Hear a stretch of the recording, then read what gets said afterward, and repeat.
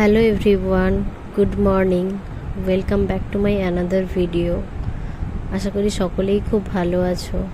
তো দেখো, সকাল সকাল উঠে বাইরের ওয়েদারটা দেখতে কি ভালো লাগছে। আর এই কাঁঠালের যে গাছটা দেখতে পাচ্ছ, তাতে অনেক এঁচড় ধরেছে। এখন কিন্তু ধরেছে, এটা কিন্তু সিজন নয়, সিজনের বাইরেও এই গাছে কিন্তু এঁচড় ধরে। আর কাঁঠালও খাওয়া হয়। কাঁঠালের টেস্টটা কিন্তু খুব মিষ্টি, খুবই ভালো লাগে খেতে। আর অসময়ের যে কোনো জিনিস, ওটা তো সবারই খুব ভালো লাগে, তাই এঁচড়টাই বেশি খাওয়া হয়, খুব ভালো লাগে খেতে। দেখো, এখানে অনেক ধরনের গাছ আছে। আমার তো গাছ টাছ খুব দেখতে ভালো লাগে।